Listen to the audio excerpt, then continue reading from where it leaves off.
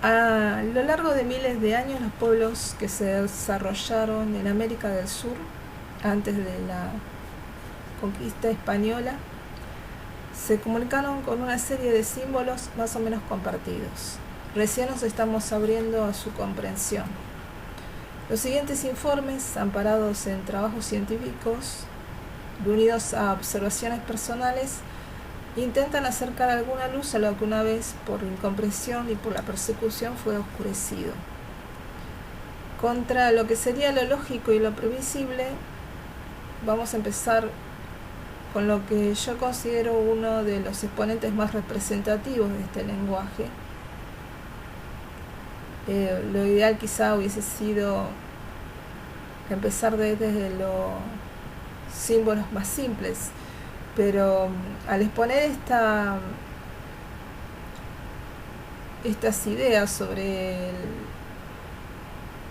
este elemento en particular, es mostrar una forma especial de comunicarse.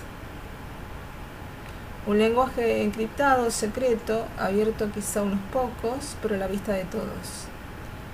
O quizá no tan así, sino que hubo otra forma de pensar que determinó que los conocimientos, las ideas, las ideologías se transmitieran de una particular manera. También cabe la posibilidad de que se hayan desarrollado para incentivar en el que mira una capacidad deductiva de los mensajes, aprender a realizar inferencias a partir de los mismos y condicionar, por lo tanto, una mirada distinta. Como decía, lo que vamos a analizar es la cabeza de Viracocha, una escultura realista, porque cuanto es la cara de un personaje, se sostiene que antropomorfa, y nosotros vamos a discutir este punto, y que actualmente se encuentra en el Museo de las Américas de Madrid. Se ha dudado de su autenticidad, es decir, de su filiación inca, por el gran realismo de la pieza, lo cual no es habitual en el arte inca. Pero esto puede deberse a no haberse hallado al momento otra pieza similar, bien porque no se la encontró, o bien porque piezas similares a esta fueron destruidas durante la conquista. Algunos también han sustentado que puede tratarse de una producción falsa, fruto de los sentimientos indigenistas que surgen en el siglo XIX.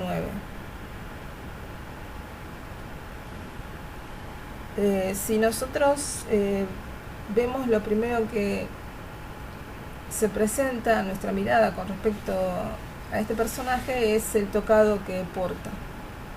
Este tocado está constituido por dos elementos principalmente: el yauto o un cordón o cinta que da varias vueltas a la cabeza y que generalmente cae en forma de guirnalda, y la placa metálica que sujeta al anterior. Según Pablo Miñón en su texto Ilias Analiliac, desde la capacocha del Lluvialiaco y los mecanismos de avance social de los incas de privilegio, realiza un análisis de crónicas sobre el uso de los distintivos nobiliarios incas y los analiza en los contextos arqueológicos de la cuenca de Titicaca, Cusco, los santuarios de altura, entre ellos los del Lluvialiaco y el Aconcagua. Identifican el uso de la placa metálica, cuyo nombre es canipu, la placa trapezoidal como la vemos en la imagen, y estaría asociada a los varones de la alta nobleza de la mitad superior o Hanan. Según testimonios etnográficos, etnohistóricos, tanto la placa redonda o tincurpa como la trapezoidal o canipu eran insignias propias de los antepasados incas, convertidos en huacas. También fueron usados por los nobles en las celebraciones y fiestas principales, donde ellos tenían un papel muy importante en las danzas, en los cantares, en las declamaciones poéticas y en las representaciones dramáticas.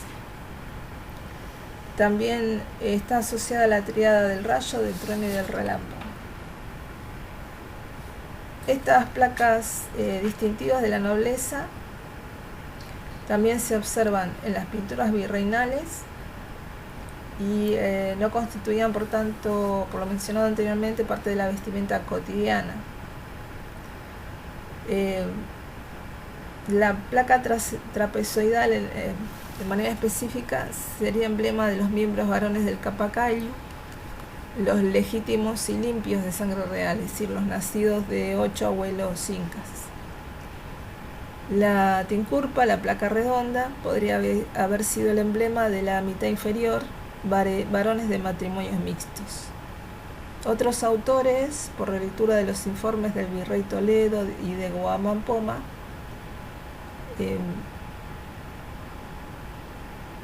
explican que estos objetos acompañaban la dinámica expansiva inca y designaban a los incas de privilegio, quienes como funcionarios eran enviados a distintas partes del Tahuantinsuyo para fiscalizar su estado de funcionamiento. Estos incas de privilegio no tenían sangre real, se les otorgaba un estatus en función de la actividad que desempeñaban o relaciones con las comunidades a las que pertenecían y que habían aceptado el vasallaje inca. En Ollantaytambo se ha descubierto una placa trapezoidal y las medidas que aparentemente tenían eran entre 16 centímetros por 12 centímetros de ancho.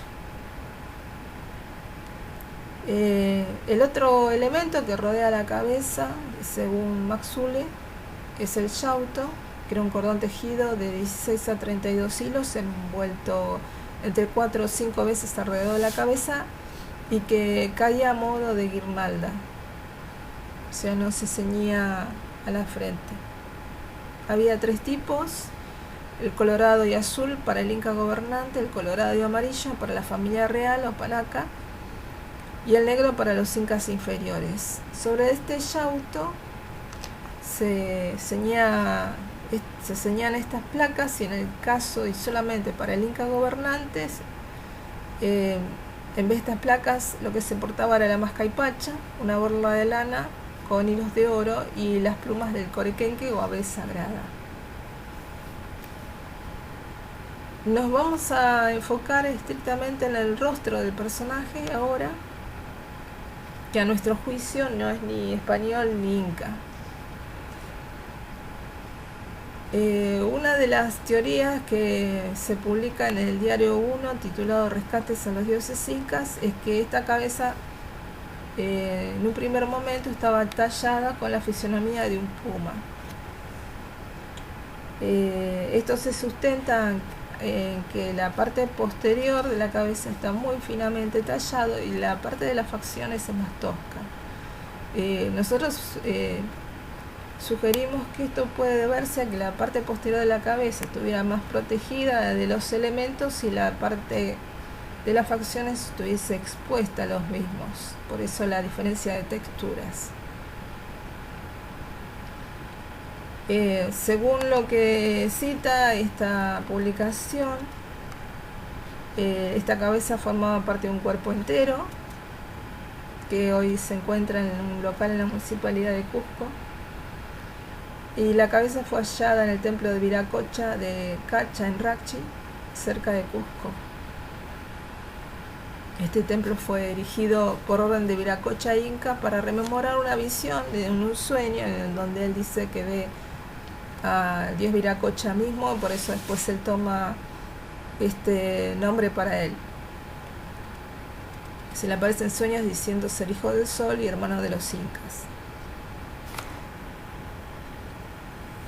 Según relata el inca Garcilaso en sus comentarios reales, la imagen era de buena estatura, con una barba larga de más de un palmo y vestidos largos y anchos como sotana. Como Garcilaso ya realiza sus comentarios reales en una época muy posterior y tomando los dichos de personas que ya habían sido acristianadas. Es muy probable que estemos presenciando en esta descripción influencias de la evangelización. Incluso en Crónicas de Huamampoma lo vamos a ver este mismo tema. Una de las hipótesis con respecto a la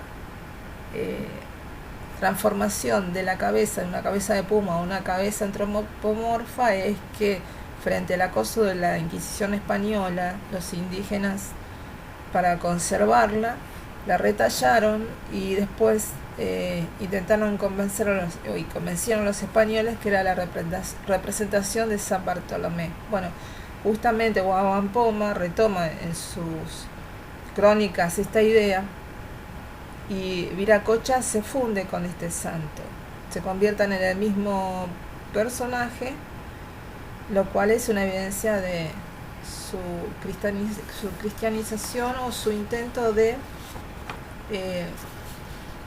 mantener las tradiciones encubriéndolas con las nuevas ideas católicas.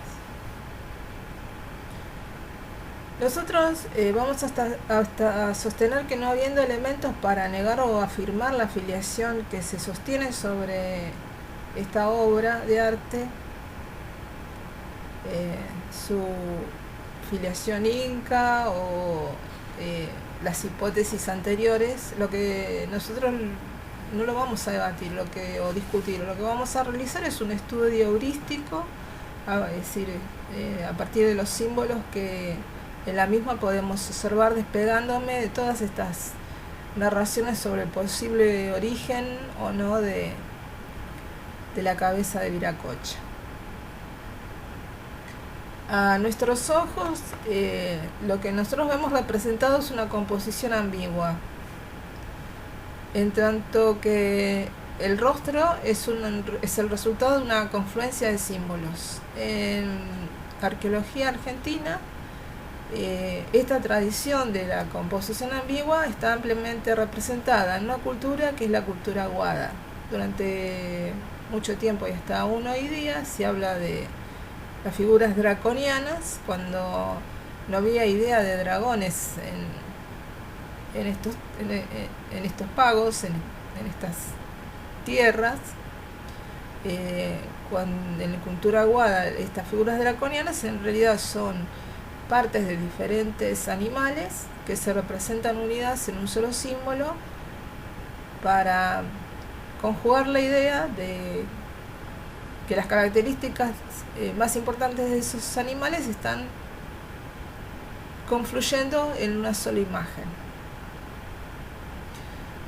Siguiendo esta línea de pensamiento, en primer lugar, si observamos la nariz, esta nariz ancha no es típica de la zona andina. Representa en realidad un murciélago pendiente y con las alas extendidas. El murciélago ya era ampliamente representado en la fauna sagrada de Chavín, y siguiendo la línea de este pensamiento estaría relacionado con el vuelo chamánico, la visión profunda y la importancia de la comunidad por los hábitos gregarios de este animal. Por otra parte, el murciélago es un gran polinizador y asociado a la flor de cactus de San Pedro es símbolo de fecundidad. A diferencia de la abeja y del colibrí, el murciélago poliniza de noche y la flor de San Pedro se abre a la caída del sol. También es conocido el uso del pelo de murciélago en las vestimentas de las élites. Es Atahualpa quien le dice a Pedro Pizarro que su vestimenta fina y suave estaba confeccionado con pelos de ese animal. También puede haber un significado relacionado con la intuición, en tanto capacidad de ver en la oscuridad, el vuelo del espíritu, y como ser nocturno estaría representando el inframundo y por lo tanto el Ucupacha. El resto del rostro son rasgos consecuentes con las características del cóndor andino. Lo vemos claramente los ojos con las típicas patas de gallos del cóndor. Las cejas, que nos resultan tan atípicas, son en realidad las crestas del cóndor. La sonrisa tan enigmática como lo sería enigmática la sonrisa de la Mona Lisa, no es más ni menos que la repetición del diseño que la naturaleza otorgó a la parte dorsal de la cabeza de este animal. Representan de esta manera las características simbólicas del cóndor como representante del Hanan Pacha, el mundo de los espíritus, mensajero de los dioses, y también de los hombres, el tanto encargado de llevar sus plegarias. Representa también la inteligencia, el enaltecimiento del individuo, y es considerado el cóndor un ave inmortal que renace en su propio nido luego de despeñarse cuando se ha sentido envejecer, a la manera de la idea un poco del ave fénix occidental. Es también un animalito portador de presagios buenos y malos, y responsable de que el sol salga cada mañana, pues con su energía lo elevaba. Por último, lo que conocemos algo, al menos del pensamiento andino, nos falta la representación del caipacha. Si somos suspicaces, vemos que la sombra que se produce entre la placa trapezoidal y delimitada también por las cejas es la figura estilizada del hocico de un puma, lo que nos podría indicar también de que el yauto es la piel misma del puma. El uso de la sombra como símbolo lo vamos a ver también en otras representaciones más adelante, en otro video. Por lo tanto, esta relación con el puma va a dotar al personaje que estamos analizando de sus características, es decir, la fuerza, la agilidad y el poder en el mundo del aquí y el ahora. Y siguiendo el tema de Viracocha, en donde queda relación alguna del rostro con Viracocha, en la forma del rostro como un huevo.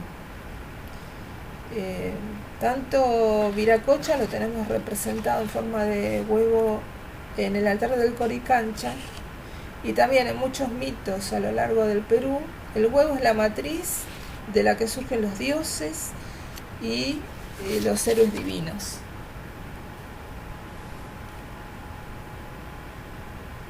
Y finalmente, ¿quién y qué representa este personaje de manera puntual? ¿A quién representa esta cabeza? No podemos concluirlo. No hay ningún dato para que en ninguna crónica que nos indique este personaje es tal dios o tal persona. Pero a través de los elementos analizados anteriormente y considerado como un símbolo condensatorio, en donde están comprendidas imágenes superpuestas, apunta a quizás estas características son las que deben seguir un verdadero Intip Churin, un verdadero hijo del sol.